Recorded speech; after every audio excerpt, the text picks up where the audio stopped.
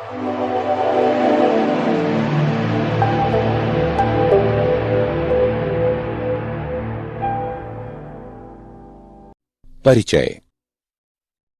विद्यार्थियों, तैयार हो जाइए। आज हम शंकु परिच्छेद के बारे में पढ़ेंगे। क्या आपने कभी पहिया देखा है? उसका आकार कैसा होता है? हाँ, वह वृत्ताकार होता है। आप में से कितने लोगों के पास अपने घर में डिश टीवी है और क्या आप जानते हैं कि उसका आकार कैसा होता है? हाँ, वो परवलयाकार होता है। अच्छा, क्या आप जानते हैं कि पृथ्वी का सूर्य के चारों ओर घूमने का मार्ग क्या होता है? हाँ, वह दीर्घवृत्तीय होता है। तो अंततः कौन मुझे बताएगा कि इस वस्तु का आकार कैसा है? वह अति परवलयाकार है। इस पाठ में आप सीखेंगे कि इन आकारों का विश्लेषण कैसे करते हैं और विभिन्न वस्तुओं की परिकल्पना में इनकी क्या भूमिका है।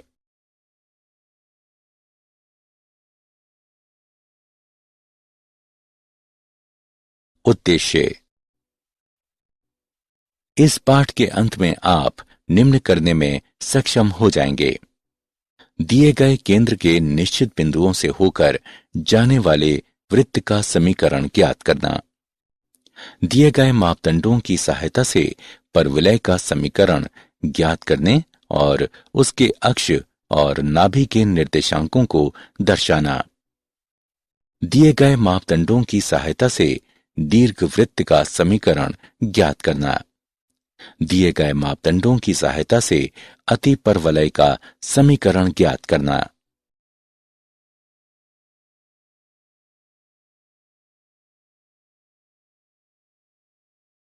शंकु के परिच्छेद। किसी शंक्वाकार सतह को एक समतल द्वारा परिच्छेदित करने से प्राप्त वक्रों को शंकव यानी कॉनिक सेक्शन कहते हैं।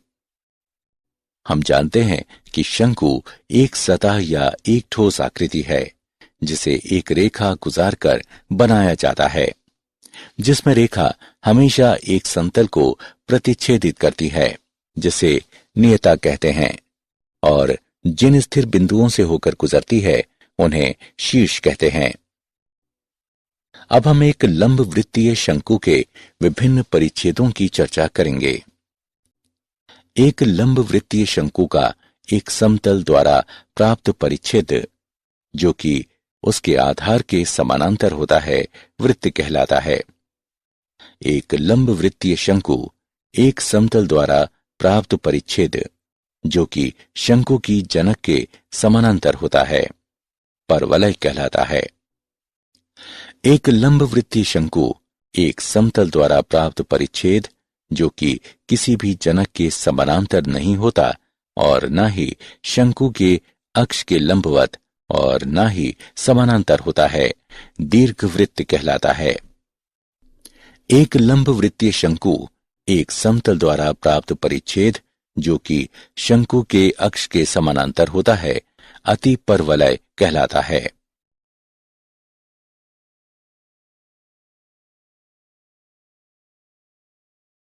वृत्त। एक वृत्त एक समतल में सभी बिंदुओं का समुच्चय या सेट होता है, जो समतल में एक निश्चित बिंदु से समान दूरी पर स्थित होता है। वृत्त पर एक बिंदु से वृत्त के केंद्र की दूरी को त्रिज्या कहते हैं। वृत्त के समीकरण को इस तरह भी लिखा जा सकता है, जहां C H के वृत्त का केंद्र बिंदु है, R वृत्त की त्रिज्या है, A XY वृत्त पर एक बिंदु है।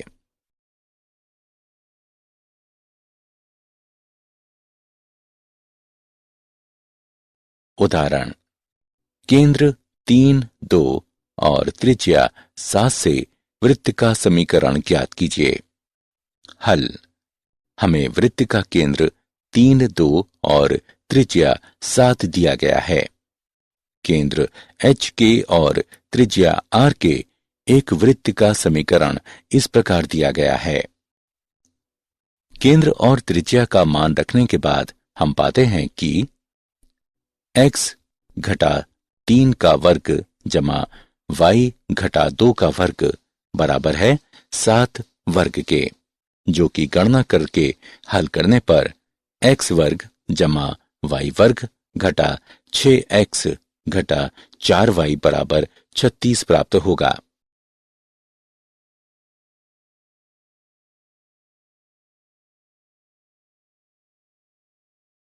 परवलय।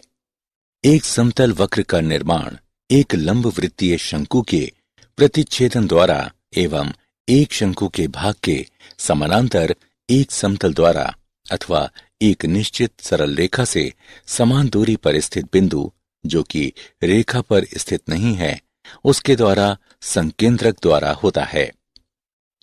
निश्चित सरल रेखा को नियता कहते हैं।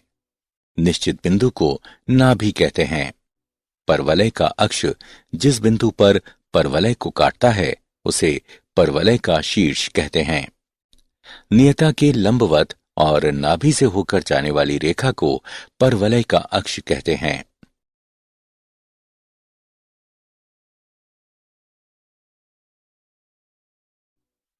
परवलय का मानक समीकरण।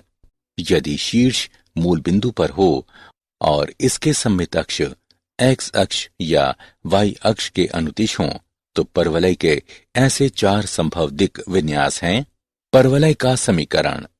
y वर्ग बराबर 4ax, y वर्ग बराबर घटा 4ax, x वर्ग बराबर 4ay, x वर्ग बराबर घटा 4ay।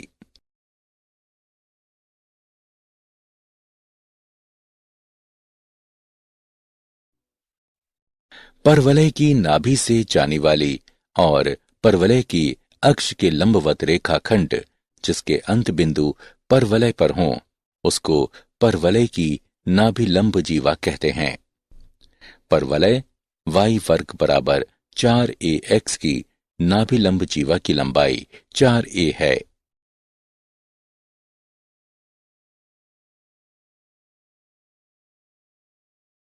उदाहरण।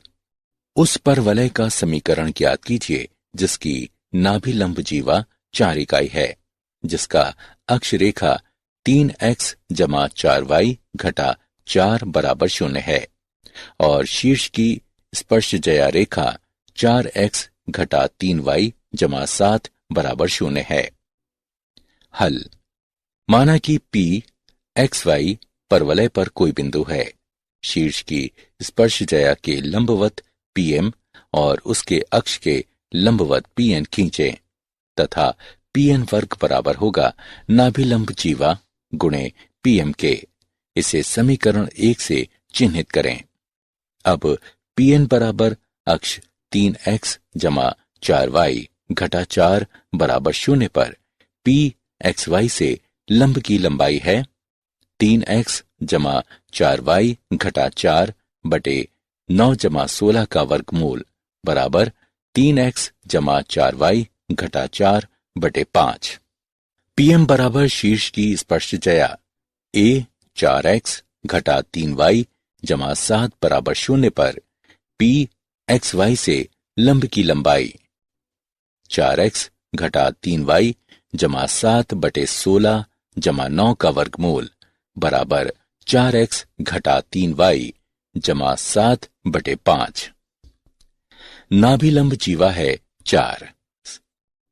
समीकरण 1 से 3x जमा 4y घटा 4 बटे 5 वर्ग बराबर 4 गुणा 4x घटा 3y जमा 7 बटे 5। 3x जमा 4y घटा 4 का वर्ग बराबर 20, 4x घटा 3y जमा 7। ये परवलय का अभीष्ट समीकरण है।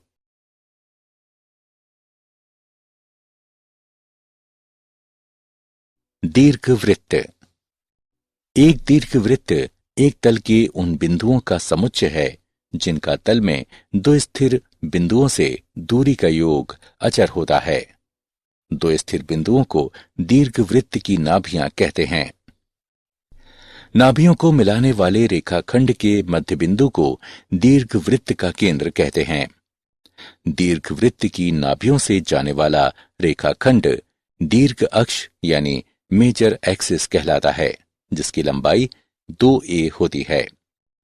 केंद्र से जाने वाला और दीर्घ अक्ष के लंबवत रेखाखंड लघु अक्ष यानी माइनर एक्सिस कहलाता है, जिसकी लंबाई 2b होती है।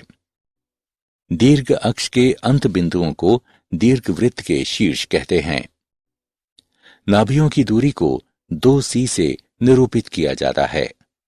दीर्घवृत्त की उत्केंद्रता दीर्घवृत्त के केंद्र से नाभि और केंद्र से शीर्ष की दूरियों का अनुपात है, अर्थात E बराबर C/A।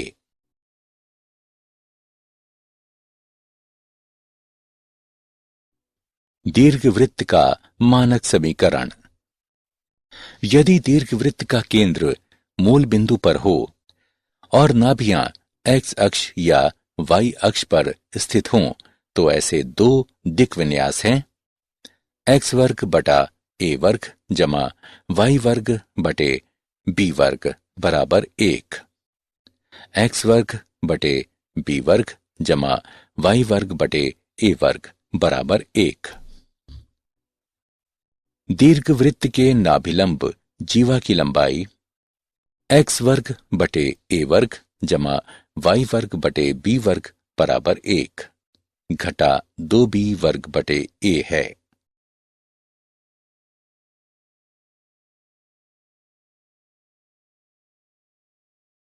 उदाहरण: यदि नाभिलंब जीवा की लंबाई नाभियों के बीच की दूरियों के बराबर हो, तो दीर्घवृत्त की उत्केंद्रता ज्ञात कीजिए। हल: नाभियों के बीच की दूरी बराबर नाभिलंब जीवा की लंबाई का 2ae बराबर 2b वर्ग बटे a, अथवा ae बराबर a वर्ग 1 घटा e वर्ग बटे a, अथवा e बराबर 1 घटा e वर्ग अथवा e वर्ग जमा e घटा 1 बराबर 0।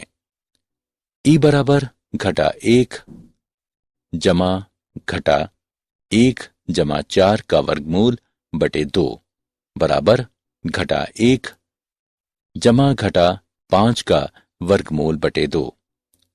दीर्घवृत्त के लिए 0 जो छोटा है ई से, 1 जो बड़ा है ई से।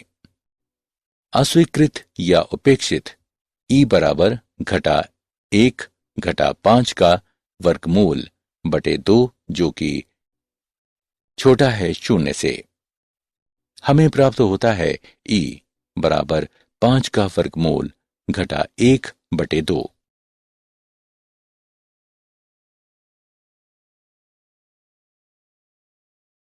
अतिपरवलय। एक अतिपरवलय तल के उन सभी बिंदुओं का समुच्चय है जिनकी तल में दो स्थिर बिंदुओं से दूरी का अंतर अचर या स्थिर होता है। दो स्थिर बिंदुओं को दीर्घवृत्त की नाभियां कहते हैं। नाभियों को मिलाने वाले रेखाखंड को अतिपरवलय का केंद्र कहते हैं। नाभियों से गुजरने वाली रेखा को अनुप्रस्थ अक्ष यानी ट्रांसवर्स एक्सिस कहते हैं। इसकी लंबाई 2a होती है। अनुप्रस्थ अक्ष के लंबवत और केंद्र से होकर गुजरने वाली रेखा को संयुग्मी अक्ष यानी कॉन्जुगेट एक्सिस कहते हैं। इसकी लंबाई 2b होती है। अतिपरवलय अनुप्रस्थ अक्ष को जिन बिंदुओं पर काटता है उन्हें अतिपरवलय का शीर्ष कहते हैं। दोनों नाभियों के बीच की दूरी को 2c से निरूपित करते हैं। अतिपरवलय की उत्केंद्रता अतिपरवलय के केंद्र से नाभि और केंद्र से शीर्ष की दूरियों का अनुपात है, अर्थात E बराबर C/A, चूंकि C बड़ा है और बराबर है A से। इसलिए उत्केंद्रता कभी भी 1 से कम नहीं होती है।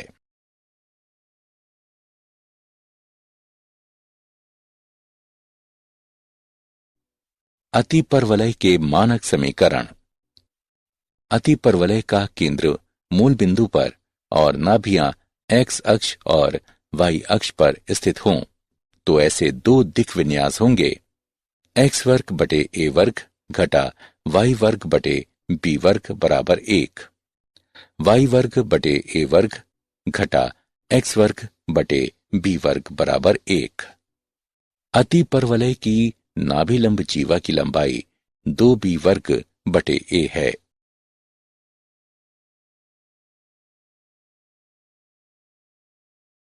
उदाहरण, यदि संयुग्मी अक्ष की लंबाई 5 हो और उनके नाभियों के बीच की दूरियां 13 हों तो अति परवलय का समीकरण ज्ञात कीजिए। हल, मान लीजिए कि अति परवलय का समीकरण एक्स वर्ग बटे ए वर्ग घटा वाई वर्ग बटे बी वर्ग बराबर 1, संयुग्मी अक्ष बराबर 2b बराबर 5, b बराबर 5/2 है। नाभियों के बीच की दूरी बराबर 2ae बराबर 13, ae बराबर 13/2। अब b वर्ग बराबर a वर्ग e वर्ग घटा 1, a वर्ग जमा b वर्ग बराबर a वर्ग e वर्ग, a वर्ग जमा 5/2 का वर्ग बराबर 13/2 का वर्ग, a वर्ग बराबर 13/2 का वर्ग घटा 5/2 का वर्ग बराबर 36।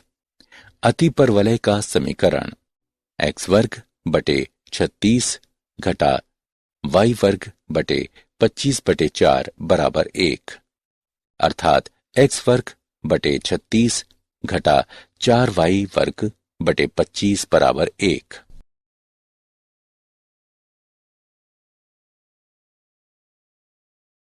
क्या आप जानते हैं, यूक्लिड प्राचीन यूनान का एक गणितज्ञ था।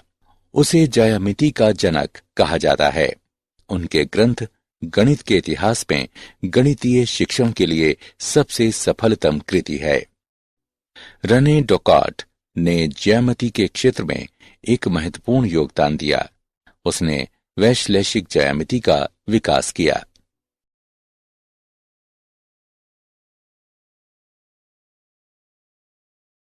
सारांश, आइए हमने जो कुछ सीखा है उसे संक्षेप में दोहराएं। वृत्त समतल के उन बिंदुओं का समुच्चय होता है जो तल के एक स्थिर बिंदु से समान दूरी पर होते हैं। केंद्र एच के और त्रिज्या आर के एक वृत्त का समीकरण है।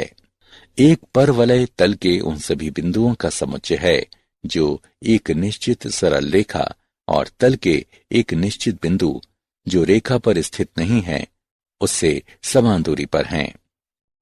नाभियों ए 0, ए जो 0 से बड़ा है और नियता x बराबर घटा a के परवलय का समीकरण है।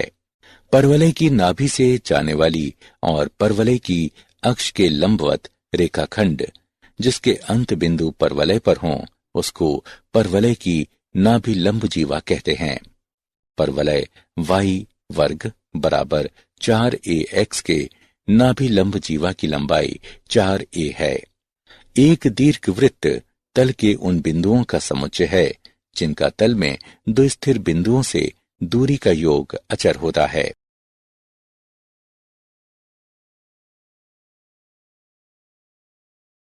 एक्स अक्ष पर नाभि वाले एक दीर्घवृत्त का समीकरण है।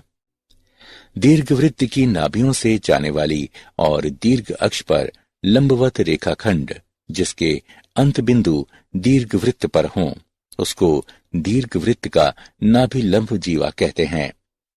दीर्घवृत्त की नाभि लंब जीवा की लंबाई है।